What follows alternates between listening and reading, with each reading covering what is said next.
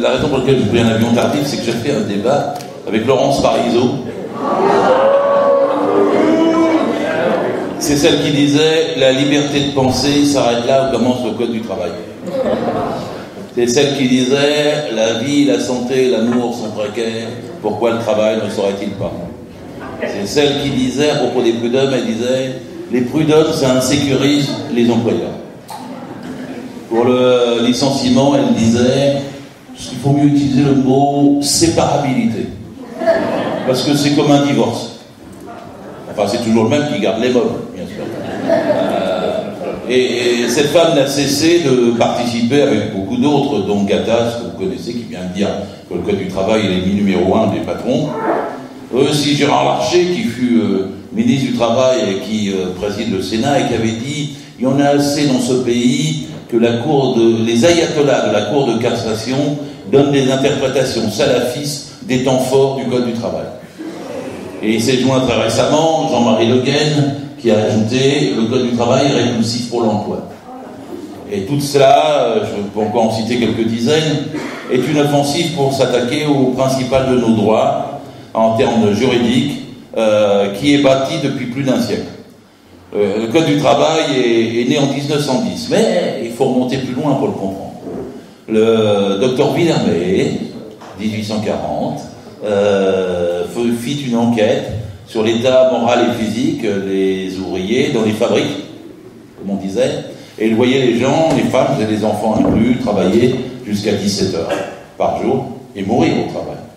Et le docteur Villermé a dit « Il faut travailler moins ». Et l'histoire du code du travail est l'histoire de la réduction du temps de travail. 1840, 1920, il faut 80 ans pour passer de la journée de 17 heures à la journée de 10 heures. 1936, 2002, il faut 70 ans pour passer de la semaine de 40 heures à la semaine de 35 heures. Ça, vous le savez toutes et tous. Mais est-ce que les adversaires de la réduction du temps de travail et du code, du même coup, ne savent pas ou feignent de ne pas savoir? C'est que pendant les 70 ans, on est passé de 40 à 35 heures, on a fait 4 choses en même temps. On a produit plus, évidemment, entre 1936 et 2002. On a doublé le nombre de salariés, évidemment. Il était de 9 millions, il était presque de 18 millions en 2002. On a gagné plus, évidemment. Personne ne discute que notre niveau de vie s'est élevé, et ces 3 choses-là ont été faites malgré une guerre mondiale et 2 guerres coloniales.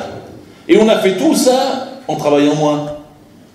Pourquoi aujourd'hui faudrait-on tourner la machine de l'histoire à l'envers? Et pourquoi aujourd'hui nous mettrions-nous à travailler plus en gagnant moins, à l'inverse de ce qui a marché tant bien que mal pendant 70 ans?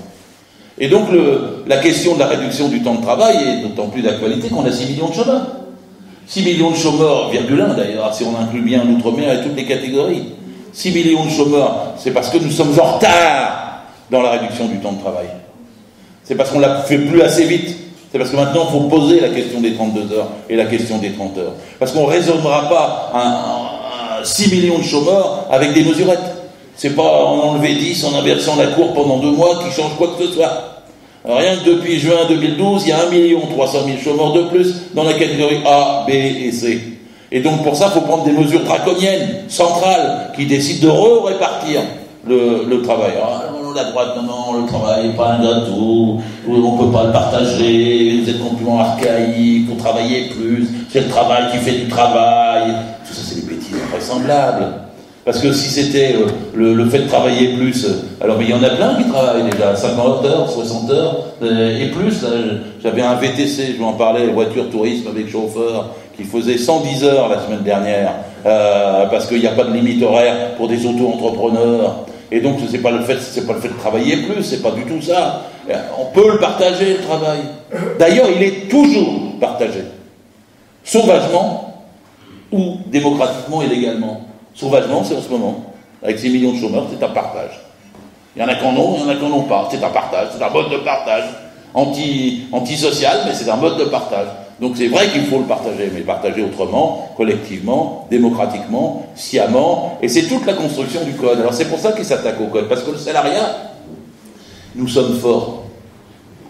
93% des actifs sont salariés. 93%. C'était pas le cas en 1945.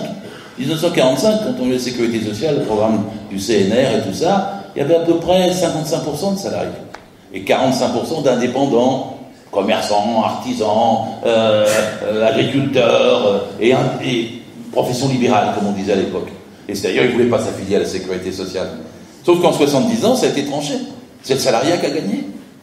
Nous sommes 93%, ils ne sont plus que 7%. Et c'est aussi pour ça que le Code du travail prend une telle importance. Parce que chaque alinéa qu'il y a dedans implique une certaine forme d'organisation du travail, qui implique une certaine forme de productivité, qui implique une certaine forme de salaire. Merci. Qui implique une certaine forme de salaire. Et donc le salariat devient leur cible. Alors maintenant, ils veulent réinventer les indépendants. Le débat que j'avais cet après-midi, c'est sur l'ubérisation. On vous fait tous des toutes petites nébuleuses autour de l'entreprise, à votre compte propre, avec des contrats propres, et même pas de contrats du tout, des contrats commerciaux à la place de contrats de travail. Donc l'offensive idéologique contre le Code du travail, elle repose ça. Il ne faut pas avoir peur de le défendre, il ne faut pas se laisser intimider, parce que vous avez vu que Poujadac à la télévision, il fait 1,4 kg. Début de journal télévisé. Mais quelle est la fonction de ça? C'est quand il dit ça, c'est de dire, il dit à des millions de gens, vous croyez que c'est votre code, mais regardez, il est gros. En fait, il n'est pas pour vous. Vous ne l'avez jamais lu, vous ne le lirez jamais. Donc, 1,4 kg, c'est 1,4 kg de perdu. Allez, laissez tomber tous vos rêves sur le code. On va être plus efficace avec des petits contrats. Ça, Bayrou avait fait ça avant. Des paroles et des actes. Il avait sorti de son sac le Code du travail, puis il y avait 3990 pages, et regardez, c'est ça qu'empêche de travailler. Il avait ajouté, et regardez, le Code du travail suisse, il est tout petit, et là-bas, ils ont 5% de chômeurs. C'est un gars qui, à travers ces 3 gestes et ces quelques mots, a dû faire au moins 10 mensonges d'un seul coup. Alors, il avait jamais ouvert le Code du travail, sinon on n'aurait pas fait ça. Il n'a jamais lu. S'il avait été dans un chantier, il aurait besoin de chaussures de sécurité, il serait précipité sur la page du code pour savoir comment se protéger quand il aurait vu son collègue blessé. Bon, mais c'est pas le problème de Bayrou. Et puis surtout, s'il l'avait ouvert, il aurait pu distinguer ce qu'était un code. 675 pages de loi.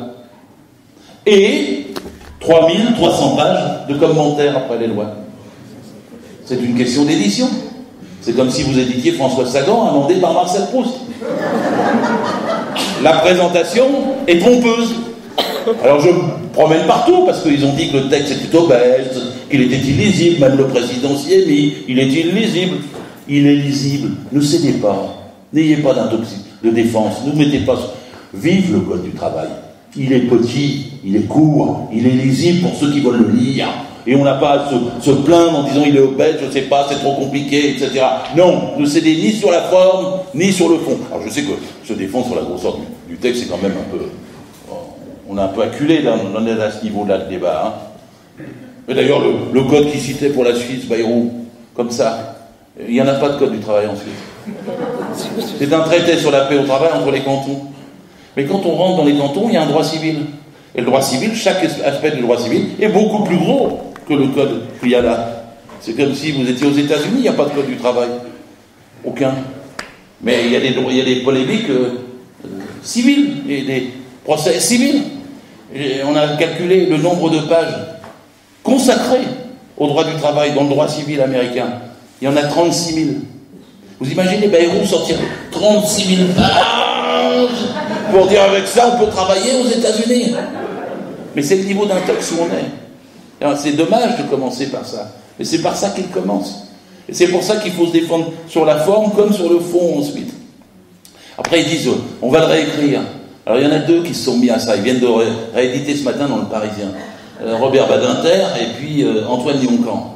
Alors Robert Badinter, tout mon respect pour le combat contre la peine de mort, mais en matière de droit du travail, 0 plus 0, la tête à Toto. Hein.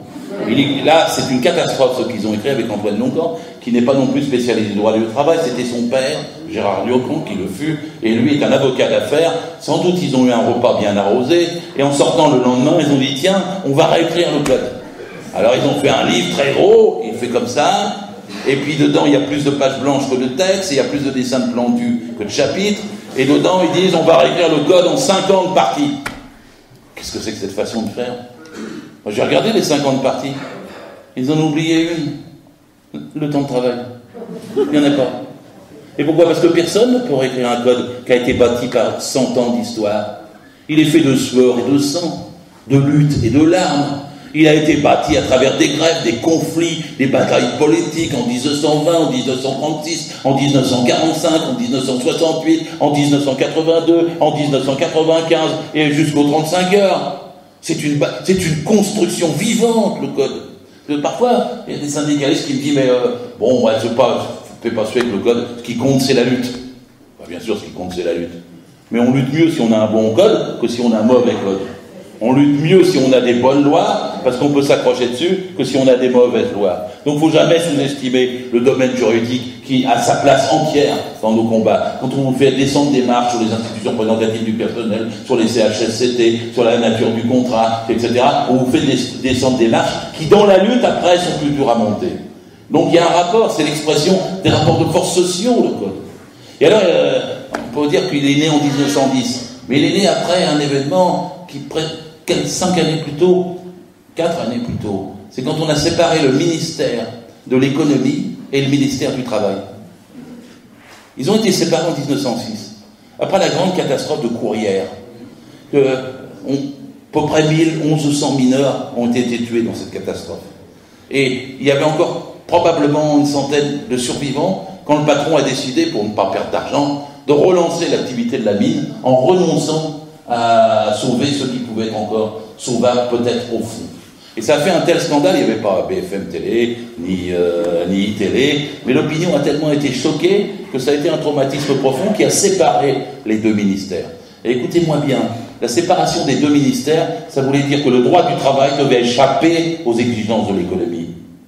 Pendant un siècle, la construction du Code du travail, c'est pour protéger les salariés des exigences de l'économie. Et quand j'entends François Hollande dans sa conférence de presse qui dit « on va adapter le droit du travail aux entreprises », c'est le contraire de ce que la France a fait pendant 100 ans.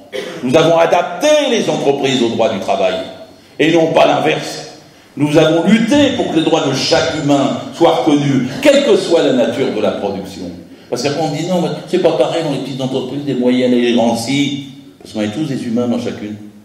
Parce que le droit, il n'est pas fait pour adapter à la petite, à la moyenne, à la grande, il est fait pour s'adapter à nous, pour qu'on puisse vivre, pour qu'on puisse travailler dans des conditions sécures, pour qu'on puisse gagner un bon salaire, pour qu'on soit bien traité, bien formé, bien payé. C'est pour ça qu'il est fait le droit. Il n'est pas adaptable aux exigences de l'employeur et des circonstances de la productivité dans tel ou tel endroit. Et ça, c'est d'abord le principe fondamental qui fait qu'il y a un code séparé, droit du travail, du code civil. Et c'est comme ça qu'on définit la protection des salariés. Parce que ce qui caractérise un contrat de travail, vous le savez tous, mais je le redis toujours inlassablement, c'est un lien de subordination juridique permanent. Un lien de subordination juridique permanent. Quand vous êtes dans une entreprise, il n'y a pas de liberté, il n'y a pas de citoyenneté, il n'y a pas d'égalité, vous êtes subordonné. Et c'est pour ça qu'il y a une contrepartie, le code, c'est la contrepartie à votre subordination.